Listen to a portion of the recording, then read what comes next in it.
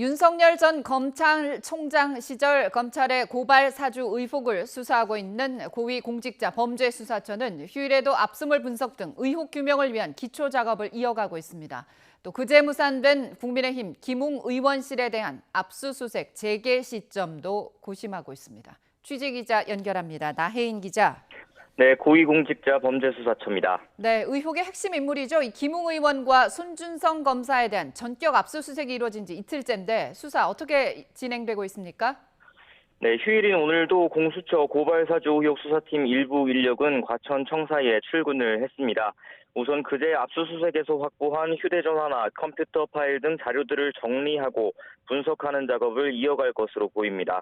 국민의힘 김웅 의원의 지역 사무실과 자택, 그리고 김 의원에게 고발장과 증거자료를 전달했다고 지목된 손준성 검사의 대구고검 사무실과 자택에서 확보한 자료들입니다. 또 이번 의혹의 제보자 조성은 씨가 제출한 휴대전화에 담긴 텔레그램 대화방 자료 등도 계속 분석할 예정입니다. 이 김웅 의원실 압수수색은 어떻게 되는 겁니까? 네, 공수처는 일단 신속히 이번 의혹을 규명하려면 김웅 의원실 압수수색이 꼭 필요하다는 입장입니다. 다만 김웅 의원 측에서 계속 거세게 반발하고 있는 만큼 시기와 방법을 고심하는 것으로 보입니다.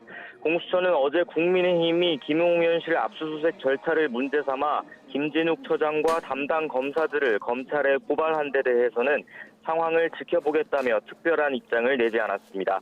하지만 압수수색이 법원에서 발부된 영장에 따라 적법하게 진행됐다는 점은 계속 강조하고 있습니다.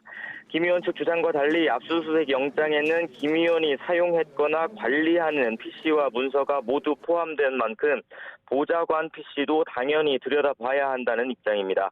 이 과정에서 공수처 검사와 수사관들이 조국 전 법무부 장관이나 김오수 검찰총장 등의 이름을 검색한 것도 수사를 위한 자료를 찾아내려면 필요한 일이었다는 입장입니다.